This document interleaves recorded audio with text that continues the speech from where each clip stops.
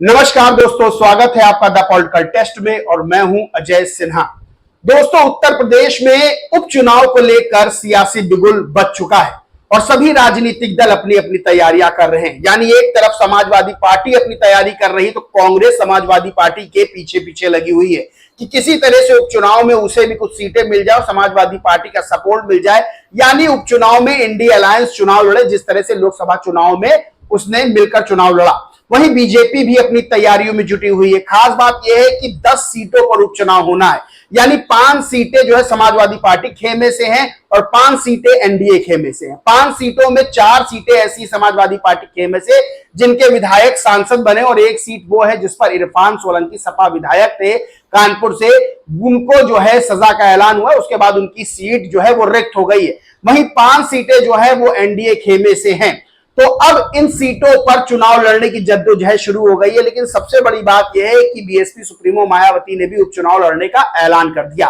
खास बात क्या है? खास बात यह है कि बीएसपी उपचुनाव नहीं लड़ती थी, लेकिन इस बार लोकसभा के चुनाव से बीएसपी ने उपचुनाव लड़ने का फैसला लिया और इस बार जो उपचुनाव होना है उत्तर प्रदेश में 10 सीटों पर, इस पर बीएसपी पूरी ताकत से ताल ठोकने वाली है। और बीएसपी सुप्रीमो मायावती खुद प्रत्याशियों का चयन कर रही है, यानी वो अपनी कसौटी पर, जब तक उनकी कसौटी पर प्रत्याशी खरा नहीं उतरेगा, जब तक उनको लग नहीं जाएगा कि प्रत्याशी मजबूत है, तब तक वो टिकट नहीं देंगी। क्योंकि ये भी बात सामने आई कि 2024 के लोकसभा चुनाव में बहुत से टिकट ऐसे लोगों को दिए गए जो कहीं से भी जीतने के लायक नहीं थे, लेकिन उनको फिर भी टिकट दिया गया। सबसे बड़ी बात क्या है? सबसे बड़ी बात यह है कि उत्तर प्रदेश में उपचुनाव जो है वो 2027 का सेमीफाइनल माना जा रहा है। यानी अपनी अपनी तैयारियां 2024 के बाद एक बार फिर जो है वो जो राजनीतिक दल है वो परखेंगे और खास तौर से बीएसपी, क्योंकि 2024 में बड़ा झटका बीएसपी सुप्रीमो मायावती को लगा है, तो अपनी तैयारी परखेंगी। और एक बात सबसे बड़ी है जिसको नजरअंदाज नहीं किया जा सकता है, वो ये है कि बीएसपी के लिए एक और बड़ी चुनौती है, वो है एएसपी यानी चंद्रशेखर आजाद, जो कि नगीना सीट से भी सांसद बने हैं और वो भी उपचुनाव में जो है प्रत्याशी खड़ा करने का विचार कर रहे हैं। ऐसी बातें सामने आ रही कि वो भी उपचुनाव में ताल ठोक सकते हैं अपने प्रत्याशी खड़ा करके। दोस्तों, जी न्यूज उत्तर प्रदेश उत्तराखंड की खबर है। इसमें लिखा है कि मजबूत कैंडिडेट की तलाश में बसपा, मायावती ने शुरू की विधानसभा उपचुनाव की तैयारी।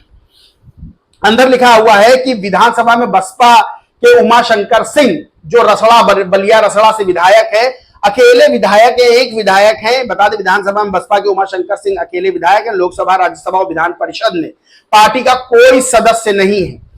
बसपा के लिए उपचुनाव में अपने प्रत्याशी उतारना मजबूरी है, क्योंकि आजाद समाज पार्टी भी उपचुनाव लड़ने की तैयारियों में जुटी है। यदि बसपा उपचुनाव में हिस्सा नहीं लेती है तो दलित vote bank Azad Samaj party की ओर रुख करेगा, क्योंकि अगर बीएसपी का ऑप्शन नहीं मिलता है तो बड़ी संख्या में जो दलित है, क्योंकि इंडी अलायंस से माना जा रहा है अब दलित वोट बैंक जो है, बहुजन वोट बैंक, वो टूटेगा ही टूटेगा, क्योंकि जो संविधान वाला जो मुद्दा उठाया गया था उसका सच सामने आ गया, तो उनको झटका लगना तय माना जा रहा है। अब वो वोट बैंक शिफ्ट होके बीएसपी की ओर जाएगा और अगर बीएसपी चुनाव नहीं लड़ेगी तो वो एएसपी या किसी और राजनीतिक दल की ओर जाएगा। तो बीएसपी का चुनाव लड़ना बेहद जरूरी है।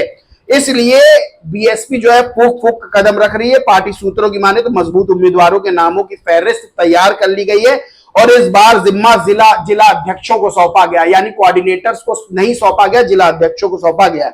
अभी हाल में ही लोकसभा चुनाव संपन्न हुए, कई राज्यों में विधानसभा सीटों पर भी चुनाव हुए। अब यूपी में जो है विधानसभा के उपचुनाव होने हैं और सबसे बड़ी बात क्या है कि 10 सीटों पर जो उपचुनाव होंगे उन 10 सीटों पर जो है जो बीएसपी जो है मजबूती के साथ तो उतरेगी।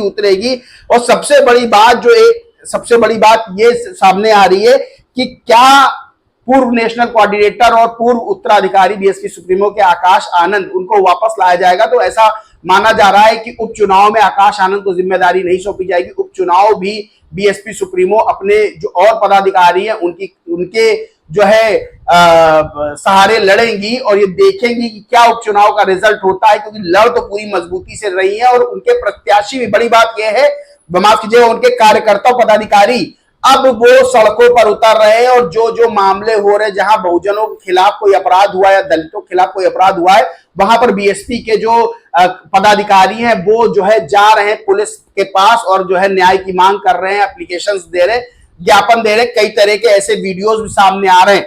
तो ये एक बात तो तय है कि बीएसपी सुप्रीमो मायावती ने जो है वो पदाधिकारियों को टाइट किया है और सीधे तौर पर यह आदेश है कि भाई अब जाइए, अब काम करना पड़ेगा, क्योंकि आज की राजनीति की मांग भी यही है कि सड़कों पर उतरकर काम करना पड़ेगा ही पड़ेगा। वहीं आकाश आनंद का अभी तक कौतूहल बना हुआ, वापसी होगी कि नहीं होगी, लेकिन ये माना जा रहा है उपचुनाव को लेकर वापसी नहीं होगी। 2027 के चुनाव को लेकर आकाश आनंद को उससे पहले कोई वापसी करके बड़ा पद दिया जा सकता है। फिलहाल सबसे बड़ी बात यह है कि बसपा को बीजेपी की तरफ से किसी तरह का अगर प्रपोजल आता है तब बीएसपी क्या करेगी। तो माना जा रहा है कि बीजेपी का अगर प्रपोजल आता है तो बीएसपी 2027 के लिए जो है, जो सूत्रों से खबर निकल के आ रही है, वो 2027 के लिए जो है वो हामी भरी जा सकती है, लेकिन उपचुनाव अकेले ही लड़ने का फैसला लिया है। लेकिन अब सबसे बड़ी बात मैं आपको बताता हूं कि जहां इंडी अलायंस चुनाव लड़ रहा है, वहीं इंडी अलायंस के सामने जो है एनडीए है, यानी बीजेपी के नेतृत्व में एनडीए चुनाव लड़ रहा है।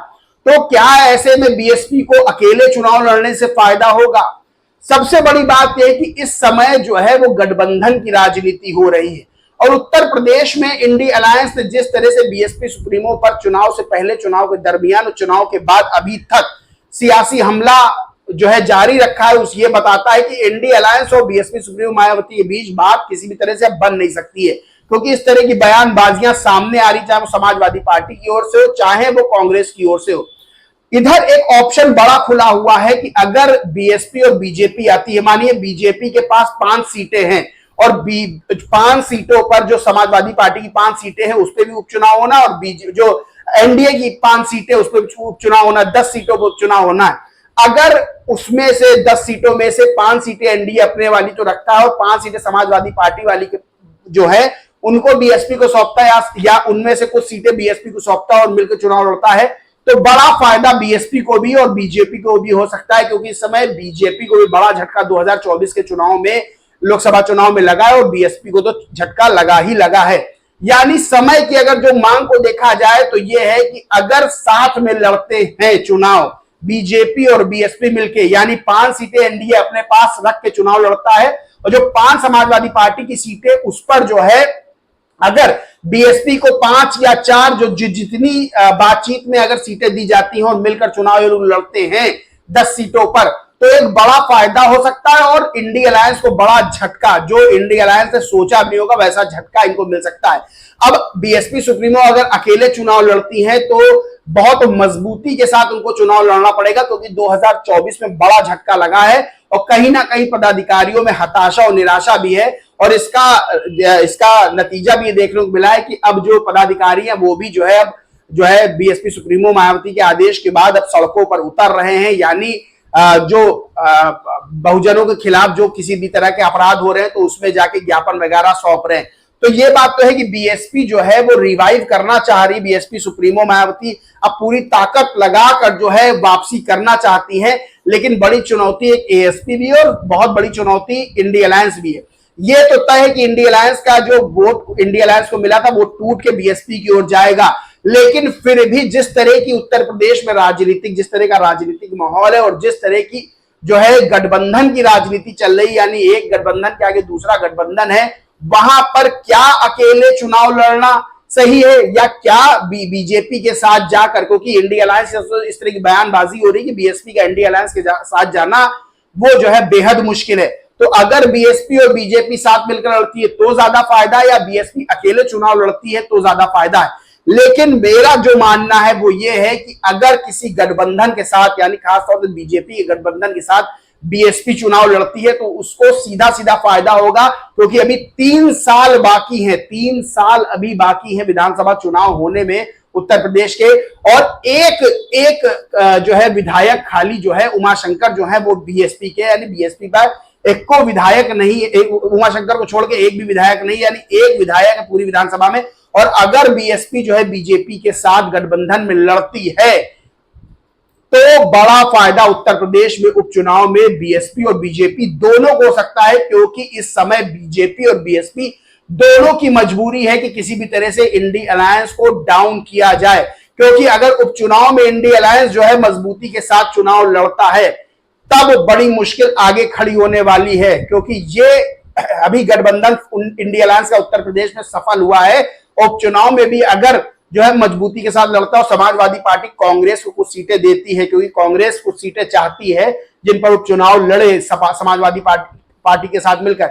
अगर साथ में लड़ते हैं तो बीजेपी और बीएसपी को भी साथ आना चाहिए, क्योंकि समय की यही मांग है। और साथ मिलकर अगर चुनाव लड़ते हैं तो जहां बीजेपी को बीएसपी के आने से बड़ा फायदा होगा, वहीं बीएसपी को भी जो है बीजेपी का साथ मिलने से बड़ा फायदा उपचुनाव में हो सकता है। बाकी दोस्तों, आप इस पूरे मामले पे क्या सोचते हैं? क्या उपचुनाव में बीएसपी को अकेले लड़ना चाहिए या बीजेपी के साथ गठबंधन करके लड़ना चाहिए? आप क्या मानते हैं? कमेंट बॉक्स में जरूर बताएं। वीडियो अच्छा लगा हो तो लाइक करें, शेयर करें, और चैनल को सब्सक्राइब नहीं किया तो सब्सक्राइब करके बेल आइकन जरूर दबा लें। जय हिंद, जय भारत।